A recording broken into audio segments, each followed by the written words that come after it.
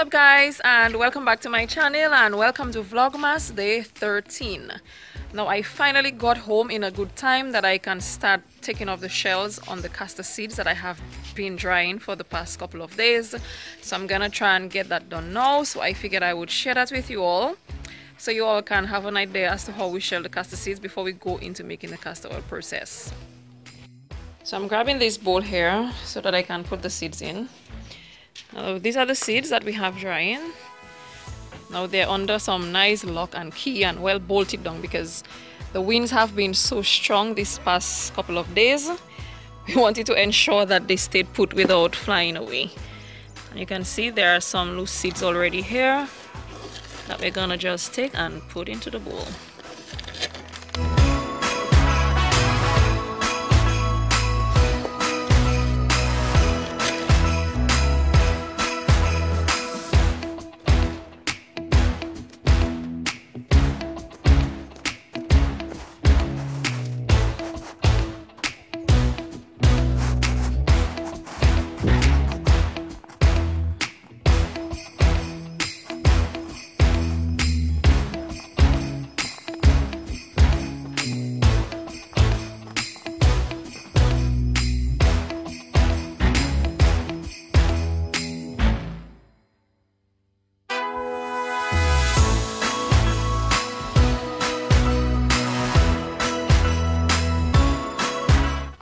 Now guys, this is by far one of the most time consuming and patient requiring steps of the castor oil making process.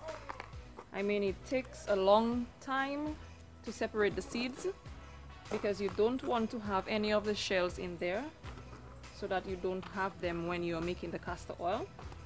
So you have to take your time and carefully remove all the seeds so that you don't get any of the shells while doing so. So this is the shell.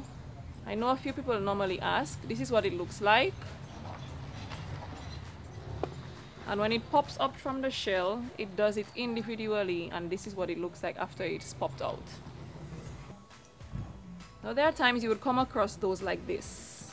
The seed would be in here, so you just open it up and oops, and you take the seed and then put it away through the shell.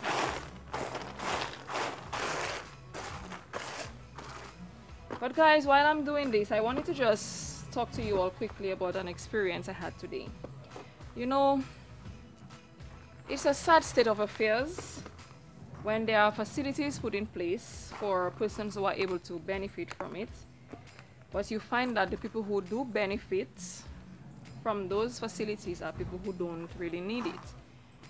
You know, and there's a program that I applied to for the second time in order to get assistance in order to grow my business.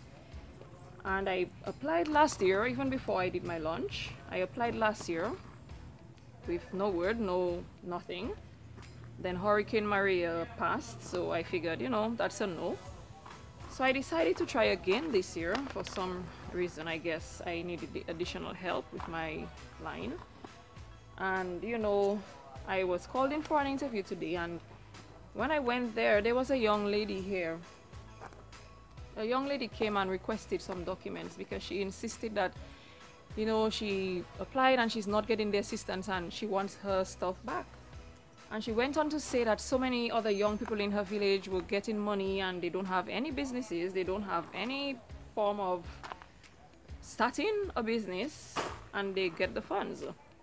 And she's there trying to genuinely do something for herself and genuinely have a plan for her business, and she can't get the funds, you know. And that was my reality. I listened to her speak, and that was the sad reality that I too was going through, that I had heard about so many other people or so many other persons who had benefited from that fund and had no business, had no plan of opening a business, had no business plan in place, but yet they got monies from the fund. And you know, those of us who actually need the funds in order to grow, those of us who actually genuinely have a business that we are looking at expanding and, you know, going the avenue to get the funds, we don't get it. And you know, it's sad. And while we were there, a gentleman came and he's like, oh, I'll just call my power rep and I'll get it. And I'm like, I need to get me a power rep like yours. You know, so it's a sad state of affairs because, like I said to the young lady, it demotivates the people who actually want to get something done. And I mean, the culture and the society that we live in now is not very lending to people who want to do things on their own. Because we have become a society that likes favors, likes to beg for stuff, or they have gotten us accustomed to the idea of, come ask me for and I will give you. It's like, it's almost like they don't like it when you try to do something for yourself in order to earn your own money or in order to earn your own living. They want for you to continuously have to beg. And I am not in that whole begging thing, right? I want to know that I earned something on my own and that I built something for myself without having to beg for it. You know, so, and when she went on to say that even if they were to look through my application and stuff, I won't be able to get anything for the year again. She would be honest with me and let me know that nothing will come through till the new year. And I'm like, so that means I'm gonna have to look for my funds on my own anyway, because I'm not gonna put my business on hold because y'all might give me something come next year. I mean, that is funds that I need right away in order to do what I have to do. And guys, you know, let me tell you, it's not easy. It's not easy because it's almost like they force you to not progress, or they try to get you to not progress because they want you to come to them every time for something.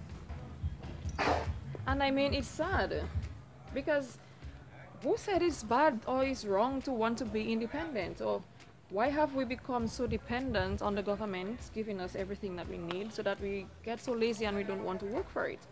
And the few people that do want to work for it, it's like the system tries to keep them back. I mean, import duties on everything is already so high, and we have to import everything because we make practically nothing.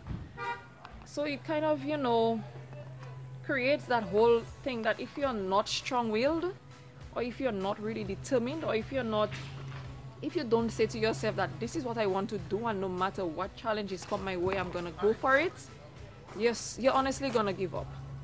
You're really and truly honestly gonna give up, because that is the kind of atmosphere that we're in. And you know, I will get a little flack for this because a few people looking at this video, if they are local, might say, oh, you're doing that because you asked for something and you didn't get it. But what about those who don't need and they get? What about those who don't need but they don't leave it for the people who are actually in need in order to benefit from it? And that is the culture that we are living in.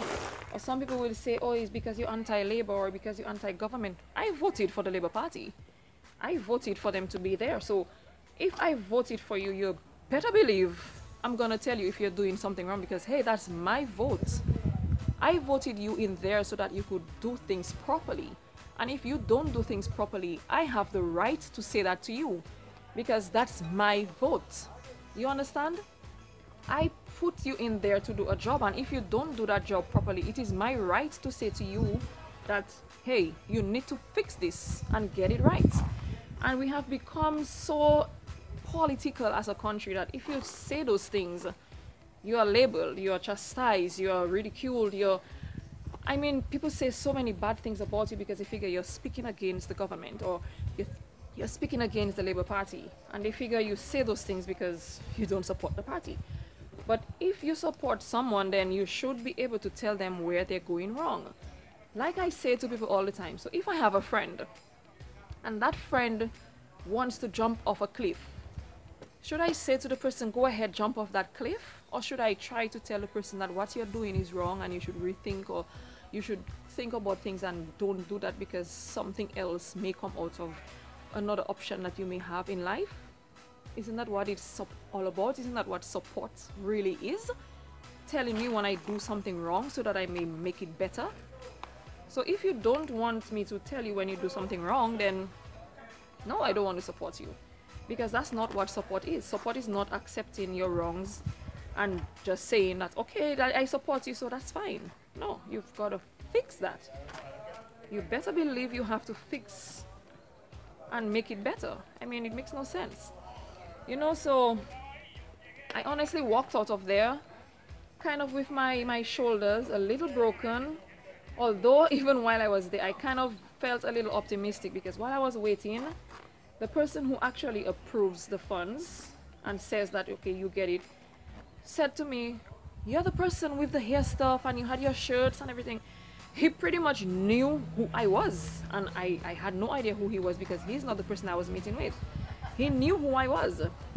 So I felt that, okay, you know what, these people know about what's going on, and they know that I have a genuine business, so the possibility of me getting those funds is like, you know, way up there. And then I honestly walked out of that building feeling a little crushed. Hi. I honestly walked out of there feeling a little, you know, crushed, and my shoulders kind of were down a little bit. But then I started walking down those steps, and I lifted myself up, and I said to myself, you know what? You started this on your own. You really don't need these people, because God is going to make a way for you. I just said that to myself, and I started smiling, because God brought me this far, and I'm not going to depend on anyone else to get me any further than I am right now. I'm gonna continue trusting in God and depending on His wisdom and His mercies and His blessings to get me as far as I need to get. I am no longer going to depend on these people. I mean, and that is what it has become. We have become a society that you are almost forced to depend on these people if you want to get anything done. And you know, it is sad. It is really, really, really sad, because there are people out there who really and genuinely need help, who need this assistance, and they can't get it. They don't have access to it, because someone goes to their power rep and the power rep says, okay, give this person this money, or give this person that amount, and they go ahead and just do ordinary things with it. They don't have a business that they can invest in. And there are people who genuinely need the funds for genuine businesses, and they can't get it because there's always an excuse. And you know, it's sad. It's really, really sad. So I walked out of there feeling broken, but then I lifted myself up, and I know that God is with me in this whole progress and in this whole project that I'm going through.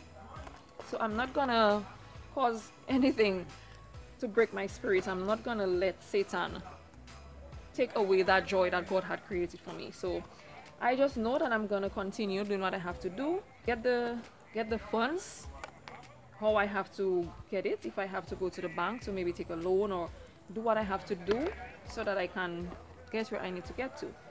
Because I know what I want to accomplish.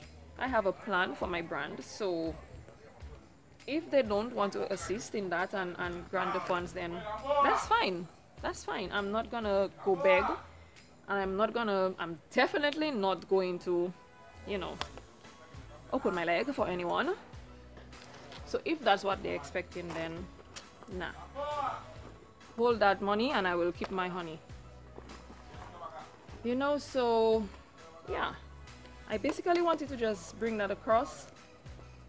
I mean, you know, a lot of times when we speak positivity, it don't get shared. So this might get shared. I really don't care. Like I say already, I have a big mouth.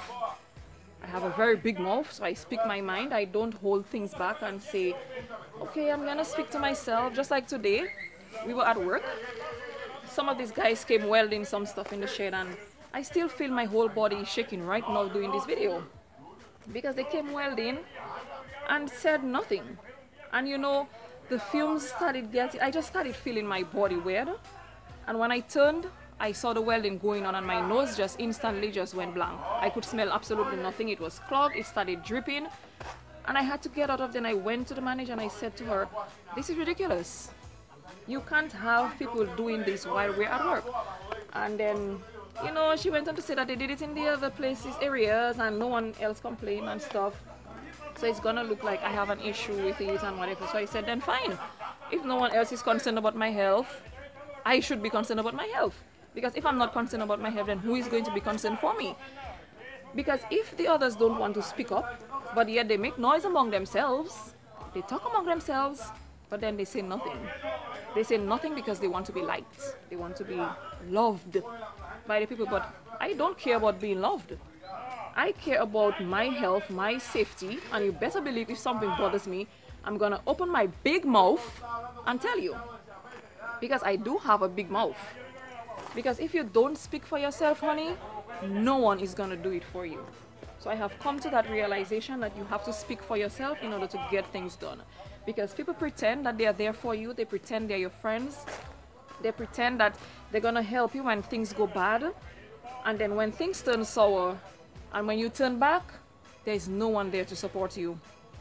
No one there to support you. So the only person that you can depend on, honey, is God.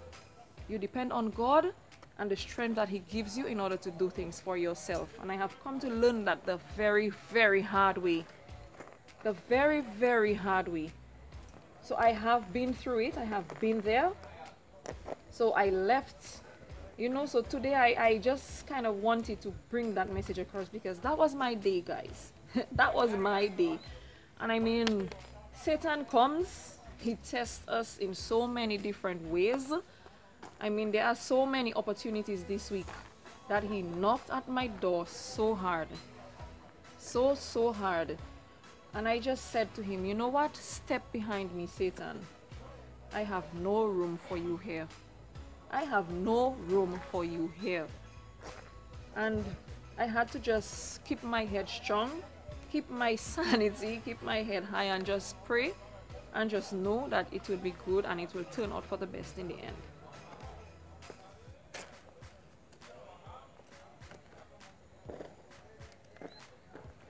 But this was basically my Thursday. This was my Thursday. I mean, it has been a very trying week for me, and I have just not bothered. I have kept myself. I don't let this thing stress me because with God, everything is possible. So I don't let all the little trivial things bother me. I don't let it get to me. I just keep praying. I keep my head high. I keep my head held high and know that, see this guy up there? He's gonna see me through. So I'm gonna go finish up. I don't think I will finish all of this, guys. It's so much. I mean, I've been sitting here for like a while and I've only covered this little area, so it's quite a bit to go through. So I'm gonna end this vlog right now. I'm gonna try and see as much as I can do before it gets dark, and then I'm gonna put the seeds inside, and I will see you all tomorrow. Bye.